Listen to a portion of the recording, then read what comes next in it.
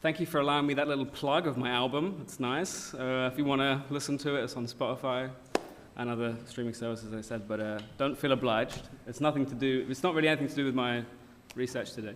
I'd also just like to quickly, first and foremost, thank all of the organizing partners. There's quite a few this time. Languages of the Anthropocene has definitely grown in number of also attendees, but also of partners. That's really great to see it getting slightly bigger and more pluralistic, I would say, as well, which is nice. And I don't, creating a taxonomy is not really what I'm about, not really what I'm trying to do, but nonetheless, you might be wondering what the hell the slothocene is. And I think that might be important just to set that up as a little preface. I'm not trying to be Donna Haraway, I'm not trying to be Jason Moore, I'm not trying to create a new scene. It's just a term to mean the dual sort of purpose of degrowth, as in we need to be more sloth-like in our rejection of, say, green growth, but also maybe we need to be less sloth-like in terms of political action in the climate crisis. So, first and foremost, the title of my paper is Singing Through the Slothocene, Voices of the Apocalyptic Prophecy, and this quote by Billy Mifflin he's a cultural heritage scholar. For big cultural moments, if you want to know what happened, ask the historians. If you want to know what it felt like, ask the songwriters and the poets. And that's what we're going to be doing today. So last year, but you didn't expect, apologies, but you didn't expect that, a literature scholar with a graph, apologies. Last year I gave a talk on the plurality of problematic issues the Anthropocene unearths, as well as how narratives of climate crisis, often framed as apocalypse, are explored and often exploited in the music of our mundane, often murky, yet ever more crystallizing moment of modernity. Now, a lot has changed in a year, and it bears even more merit to think through the Anthropocene in relation to apocalypse, as we sit here again reeling from another hottest year ever on record. Multiple genocides compete for deserved, yet often unheard attention. Alt-far and extreme-right parties in the UK, France, and Germany with a distinct lack of climate policies cleaned up at the European elections, and the ever-accelerating war on animals goes on. Now, when pondering the important and often yet unasked question of who speaks for whom in the Anthropocene, who sets the boundaries and borders, we should really equally be asking where and who the creative voices that perhaps offer alternatives to what T.J. Demos scathingly calls the Anthropocene thesis, or Clark, the eco-critic, pseudo-geological era, are, and in what kind of landscape are they or are they not flourishing or thriving. So as apocalyptic narratives extend ever more outward then, not only in our series, movies, books, and songs, but also our policy making, or apathetic lack thereof, to be more precise, the voices and platforms of the Anthropocene are still unacceptably one-sided, almost sickly so. And at a time when, even if somehow the elusive 1.5 is reached, as we see on this graph, by 2035, which is increasingly unlikely as microplastics and oil accelerate due to fracking booms, domestic animal murder hits an all-time high of over 90 billion animals globally per annum, and business as usual beckons, various climate catastrophes or tipping points, as this graph, as I said again, shows, will undoubtedly unfold. On the left, the 1.5 is this very small line. Certain things are going to happen nonetheless anyway, and Anis talked about this yesterday. The importance of a 0.5, right? So simultaneously, the soundtrack to this situation takes on the lethargic quality of a supposedly unified, unitary, and capitalized one world in demise. Those at the forefront of climate crisis often go apathetically unheard, their voices often unheeded by the very liminality that irradiated their lands in the first place. And while the clamor for multi-species justice in the face of said tipping points gets drowned out by what indie folk band Bright Eyes call the loud Anthropocene, those world-ending shifts appear around many of us in a myriad of audible and effectual ways. This presentation is basically based around three things I've been sort of struggling / working on the last year, I guess. It's based around a trifecta, or better said, this is for my music fans in the room, a ternary form of descending diachronic inspiration for the various voices of apocalyptic prophecy that define or reel against the Anthropocene. Firstly, the music at the center of the apocalyptic Anthropocene, the epic science fiction series Dune by Frank Herbert, whose filmic renderings we've probably all seen and are breaking records again at the box office continually, The historical and poetic voices as well, lastly, that inspire the prophetic in both of these. However, very briefly, before we explore the wide array of implications of either urgency and or agency of the extended apocalyptic imaginary seeping into these songs and poetry, I would like to very briefly contextualize the current conglomeration of crises that make up said imaginary. While book bans, for example, are at an all-time high, reflected by a sycophantic, ironic, and perhaps even idiotic sense of saving children from members of the LGBTQ plus community, the music community also has come to a constrictive crossroads. Their environment becoming increasingly constrictive under the pressure of the corporate music industry and reliance on social media platforms. Shahar D'Souza, this journalist in the middle here, points out that critics say that TikTok encourages artists to create a certain kind of music that's seemingly designed to go viral rather than sort of creatively progressive, unique works of art, I would suggest as well. Even giants like Joni Mitchell and Neil Young also recently lost their battle with the streaming service Spotify, that good old megalomaniac music streaming service we love to hate, unless you're Joe Rogan, that is, caving into streaming revenue pressures, which leaves little hope for both underground and up-and-coming artists alike. Or, as folk singer Gillian Welch so elegantly and aptly put it 20 years ago, they figured it out that we're going to do it anyway, even if it doesn't pay. Concurrently, Spotify recently announced the latest overreach in their audiobook author terms of service, in which they demand the right to reproduce, modify, and create derivatives of, that's the scary part, of literary works. So audiobooks that are on Spotify, they can create derivative works of without having that licensed by the authors themselves. This goes hand in hand with various joint franchise ventures attempting to create sort of unlicensed AI encyclopedic experiences of various authors' works and worlds, Robert Jordan, the big fantasy author, being one of them. As such, hyper-consumerism and capitalism tighten their hold on both the creative, literary, and academic industries. Unsurprising then that as the world wilts and the chokehold on the literary and music industries intensifies, that artists, regardless of medium or genre, would turn for better or for worse to the long-lived, undying, undead apocalyptic imaginary for inspiration. That is, unless you're Taylor Swift, sorry for the Swifties among you, who, according to Sanyana in her article on Swift and totalitarianism, what a great article, right? Those two things, who would have put those together? Great. She apparently wields power asymmetry, environmental irresponsibility, and institutionalized censorship to weaponize the law to control the narrative in a thoroughly undemocratic, unequal machination, the most worrying aspect of which equates to the problems with prophecy, which I'll be talking about today, that an individual, she says, has the capacity to do institutional intimidation at all. So first up, in conjunction with the hyper-present tense narratives that the Anthropocene, as suggested ecological start and ultimate end, as well as genre, mode, policymaker, unveil, namely indefinity, universalism, and stasis, mainstream forms of meaning-making are inherently also just as indicative of a shifting socio-political stratosphere, one in which conversations concerning the end of extraction and the unequal experience of climate mitigation can continue to be had.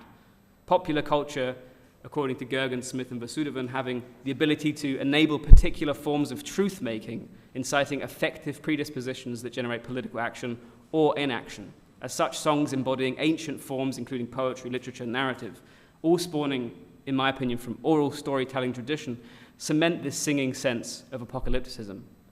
2023, I thought I was done with talking about the apocalypse in popular music, or in music that is somewhat more popular, say, than classical music. But 2023 really was the year that everybody was singing about the end of the world, and it was unavoidable for me. With some bands with 9 million monthly listeners to those with only 50,000, everyone was singing about the end of the world. So let's start off briefly with Milk Carton Kids, a Californian folk duo whose stage name playfully speaks both to the disparagingly one-sided whiteness of lost children advertisements in the US from the 1980s. If anyone remember those on the back of the milk there, and the metaphorical lostness of folk singers supposedly situated outside of time, which is a similar sort of aspect that prophecy unfolds, as well as perhaps society acknowledge, like Mark Fisher does, that the idea of Western linear time has seemingly come to a standstill. Climate change, the apocalypse of not only a variety of ecosystems, but the perhaps final impediment for capitalism, sees Milk Carton Kids here on their latest album, I Only See the Moon, open with the line enacting an ironic sense of casual calm. The world won't end the way you think or when you think it will. Time's a thief, why are we standing still? We've got all of the time in the world to kill. While the song sings of a stolen lover's momentary reprise from a generic sort of world-ending scenario, Milk Carton Kids unwittingly call forth the necessary eulogy for the hedonistic, universalistic, and unbound Anthropocene enacted by post-apocalyptic eco-socialism. To attempt any steps towards climate culpability and justice, time itself, along with the vampiric progress of capitalism, must be killed. Metaphors aside, a certain world needs to end for the plurality of worlds to continue unimpeded. The current world system as such cannot last. Not only because it is inherently unequal, but also because it is the world system that both caused and continues to exacerbate world-ending conditions. Simply stopping, killing time as progress is most aptly seen in the title and simultaneously demanding slogan, perhaps, of British environmental activist group Just Stop Oil, or equally Jonathan Franzen's 2019 essay and subsequent book, What If We Stopped Pretending? However, while the song signifies a move away from the growing pains of progress, it offers the average list of the exact opposite of Franny Choi's 2022 collection of poetry, The World Keeps Ending and the World Goes On, which suggests simultaneously that while the world feels very apocalyptic to us right now, to many of us, the end of the world has already come in a myriad of ways for marginalized communities, as well as suggesting that the hegemonic systems that continually attempt to end life worlds via the guise of colonialism, extractivism, and capitalism have yet to achieve their aims, which was also something we talked a lot about yesterday. In a similar yet more empathetic vein, Matt Elliott, a guitarist, vocalist, and songwriter, writes, the most depressing music I've ever heard. Really incredible, actually. Very haunting, dark, and as he has self-described, sometimes apocalyptic music. As slow waltzing fingerpicking accompanies his latest signature baritone on the song, The End of Days, as well as January song as well, actually. Matt Elliott's signature, he talks of climate collapse here from a standpoint of complacency and resignation. And even all the smiles on children's faces brings you pain when you think of what they'll face, and even if they'll come of age, a world resigned to flame. Because we've burnt it all away in the same complacent way that we burn everything away. Now, while still employing the figure of children as markers of futurity, as well as that all-pervasive pesky pronoun we, a ploy often used by political parties and airlines alike. EasyJet's latest brand campaign of next-gen sustainability, for example, a promise to the children of the future, even while blatantly admitting there is no sustainable way to fly, a testament to quick-fix consumerist greenwashing's continued attempts to circumvent the systemic problem of pollution and the responsibility of petro-capitalism. As Heather Davis says, for the extermination of one world while another world is being birthed. Matt Elliott at least premises this with pain and flames, suggesting the seriousness of climate collapse as opposed to the longevity of the myth of green growth. While set the world on fire, from the ashes we will rise, the final lyrics on the oddly entitled 2023 album, It's the End of the World, but hey, it's a beautiful day. By Stadium Sellouts, 30 Second to Mars. Note the really somewhat ironic contrail, the aeroplane contrail in the sky there. They quite obviously enacted the tone, as Derrida would say, of Armageddon, apocalypse, revelations of a new world beyond the ashes of an old. The title of the album, the lack of music while these words ring around the listener's ears, and the frivolous auto-tune that accompanies the singular human voice that is left in the mix, all suggest an apathetic, nihilistic ending of excess, committing to nothing but destruction. Other artists avoid this by singing of the untold story of the Anthropocene's problematic universality. Canadian punk band Fucked Up, and if you're going to have a punk band name, that's the one to go for, right? Sing to a characteristically upbeat, happy hardcore screech of distortion of contested land on the opening track to their 2023 album, One Day. The physical alterations of the geographical and geological landscape are explored via colonial displacement and extractivism simultaneously when Damien Abraham screams, "There I stood on the shore of a story we don't tell anymore. All the names are erased, buried under a land that my people stole. The creeks run like ghosts in the basement, still alive, coursing their displacement."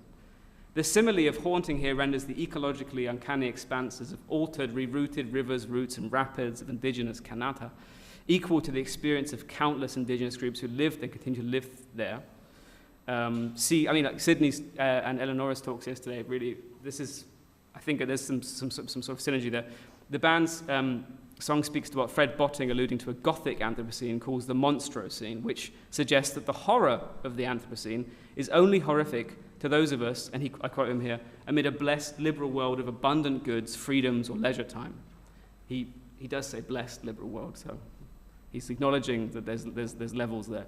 While for those that live at the forefront of extreme weather events and the empire of extractivism, the events unfolding aren't uncanny, but everyday experiences. Horrific apocalyptic anthropocentrism, like that voiced by the UN Secretary General Antonio Guterres only 2 weeks ago, calling for, and I quote him here, urgent action to avert climate hell, although nonetheless often necessary in garnering wider awareness of ongoing ecological devastations on a planetary scale, ignores a few issues of extenuating importance, including how climate hell is already here for many. Heather Davis and Zoe Todd, whose work on decolonizing the Anthropocene lays bare the importance of issuing a defining date suggesting indigenous resistance in the face of apocalypse, and the renewal and resurgence of indigenous communities in spite of world-ending violence is something that Euro-Western thinkers should heed as we contend with the implications of the imperial forces that set in motion the seismic upheaval of worlds back in 1492. Philosopher Martin Buber suggests that the difference between the apocalyptic and the prophetic lies in the medium or manner in which the prophesying takes place. The apocalyptic writer, he suggests, has no voice, of course. As such, songs still, even if unwilling, withhold the form of the prophetic. However, Buber argues that the task of the genuine prophet was not to predict, but to confront man with the alternatives of decision. As such, the future is not fixed. During this time, he goes on, in which history holds its breath, the alternative is silent. In the silence of the Slothocene, some singers offer up alternatives, uttering the ultimately necessary world ending of petrochemical capitalism, for example, or calling into concern the very resignation that makes said world continuation unavoidable, or finally focusing on the extractivism of both indigenous peoples and lands that underpin said industries. While the apocalyptic voice of these artists becomes synonymous with climate catastrophe, as well as the constrictive framework within which they attempt to traverse by employing a constant sense of urgency rather than agency, some, like that 30 Seconds to Mars band, of the grotesque prophetic voices of the Anthropocene, suggest that climate change, ironically enough, is not something happening in the now and something that has deep and thorny roots in the history of colonial savagery, but something that can still be avoided. Empty urgency, then, in some of these songs doesn't replicate the post-apocalyptic demand for reformation that eco-miserabilist perspectives apprehend, but rather a sloth-like sense of apathy.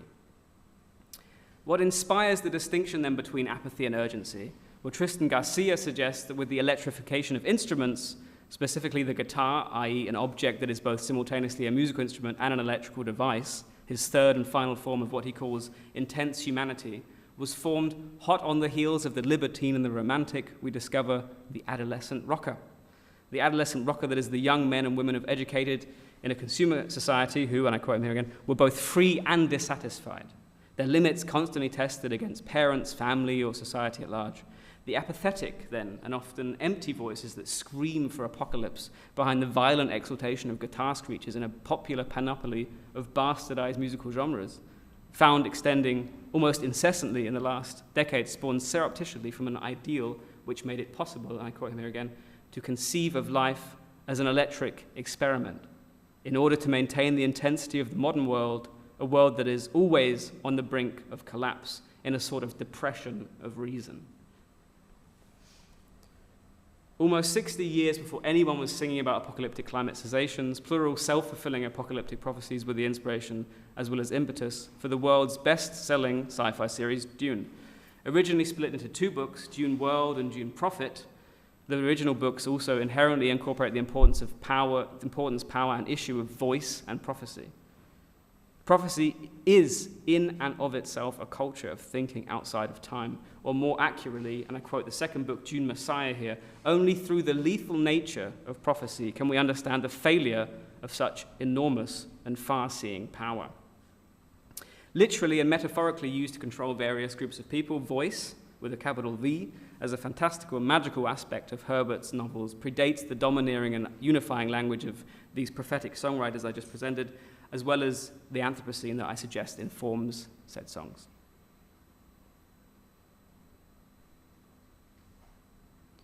Dune also equally mimics our current climate crisis in that the geriatric spice, which is not only a religious relic, but also undeniably necessary for space travel, is equivalent to our seeming addiction to fossil fuels and their role in propping up petrochemical polluters.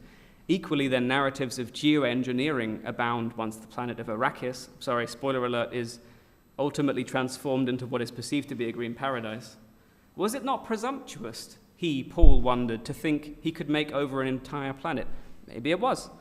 The grotesque apocalyptic prophecy that Herbert critiques also mimics the Promethean vanity of geoengineering as opposed to putting a stop to persistent progress. And I quote again Dune Messiah here, "To glimpse the future was to steal fire from a sacred flame."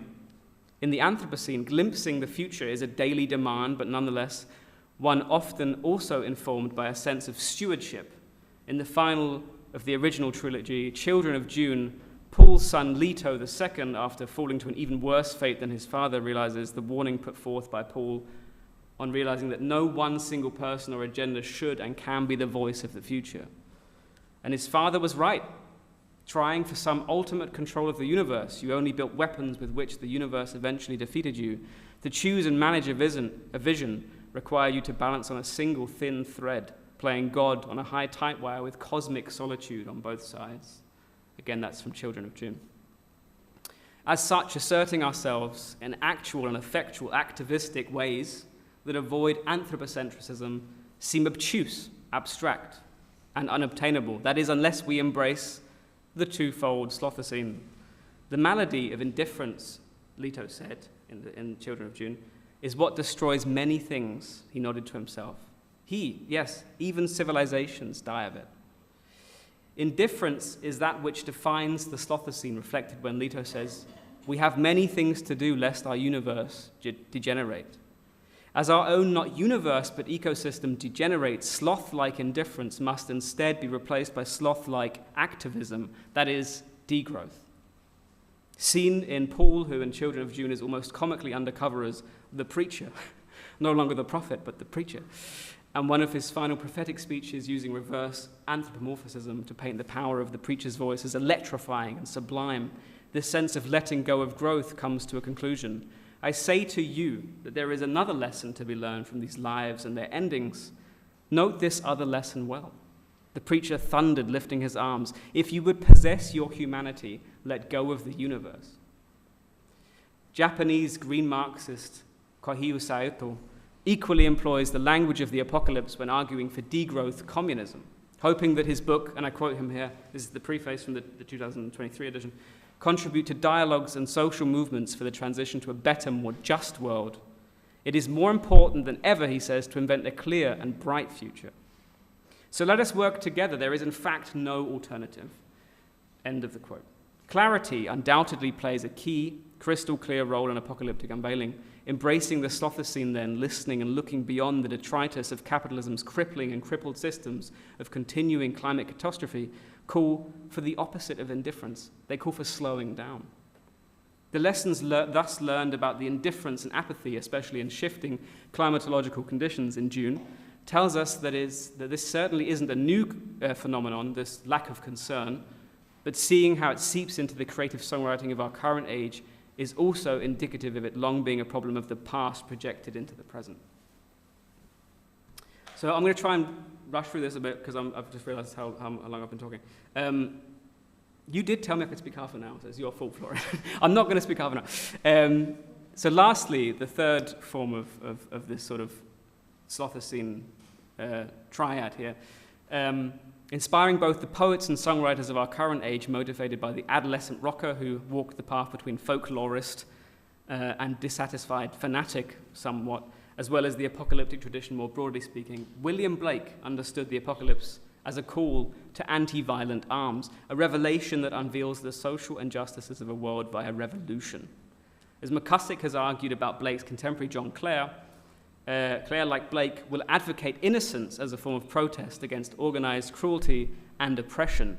the innocence that Clare and Blake advocate for, always in direct opposition to the harsh and incredulous expanse of experience, which was for Blake eternally heinous, is the revelation that apocalypse can be an internalized experience of flexibility that motivates social paradigms and groups, a visionary protest against calculating misjustice that encompasses three aspects that are often unseen in other apocalyptic visions, namely radical innocence, a fundamental flexibility, and the post-apocalyptic social contract.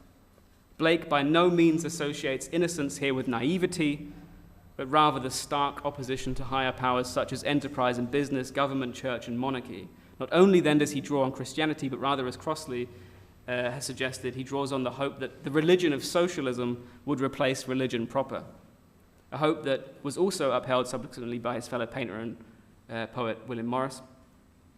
In The Chimney Sweeper of Innocence, a poem probably a lot of you here know, reveals the religious hope, comfort, and security that impoverished children perhaps unknowingly gift to themselves in time of death and darkness, while The Chimney Sweeper of Experience explores rather the lies that men of industry tell themselves when exploiting orphan children. And because I'm happy, I'm quoting the poem here, and because I'm happy and dance and sing, they think they've done me no injury, and are gone to praise God and his priest and king who make up a heaven of our misery. Inherently then, although Blake, by making the statement that the apocalypse appears to us all in a myriad of ways, was an early step in understanding the problems of universality that shadow the fixity of dogmatic theology, as well as the often entangled nature of apocalyptic and anthropocentric thinking, albeit from the confines of a world which Bloom suggests was overripe for apocalypse. While the often extraordinary violence offered up in biblical books that deal with important aspects of apocalyptic transformation, such as judgment and justice, follows an almost analogous prophetic style, Blake's last judgment of the four Zoas, left unfinished, unfortunately, is a passionate poetical response to an array of injustices, diverging significantly, however, from wrath and ruin. Through attuned sensory ekphrasis, Blake takes the reader on a Proustian apocalypse, which is firmly set in the past tense, suggesting that the reality of apocalypse has happened, which in turn suggests it can happen, and thus will happen. Unlike the biblical book of Revelation, Blake does not employ the prophetic first-person subject-verb voice of vision, I saw, and instead the reader and narrator alike are within the very moment of revelatory awakening. The seven trumpets still sound, and the fires of eternity fell loud and shrill. I quote the poem here. The thrones of kings are shaken, they have lost their robes and crowns. Yet the poor, suggests Blake, smite their oppressors, while the multitudes of slaves are now set at liberty.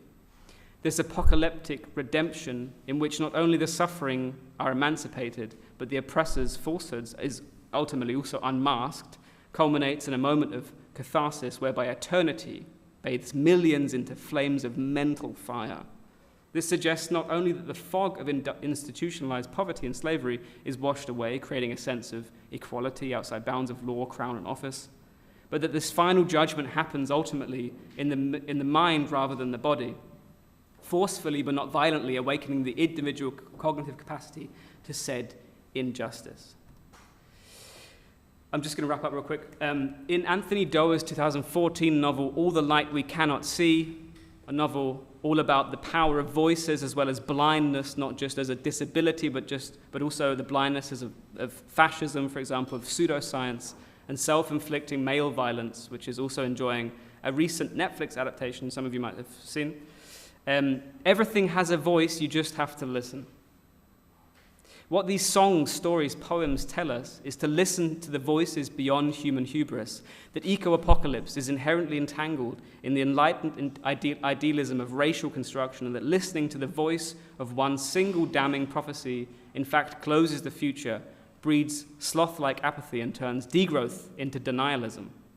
Climate science songs, regardless of genre, best-selling science fiction series, and poetry of a now seemingly ancient age all employ the myth and metaphor of apocalypse in varying degrees of prophecy. To take the gravity as well as radical potential of ecological apocalypse seriously, we need to attend to the multitude of ecologically apocalyptic narratives, while ultimately and equally being wary of those like old man Anthropos, as Steve Mentz calls the figure, focusing on a singular, fixed, single-species future, those that pander to empty urgency or apathy, or equally those that suggest that the world isn't already ended, or in the infamous internal words of Afrofuturist jazz musician and composer Sun Ra, sung by his orchestra in 1970, it's after the end of the world.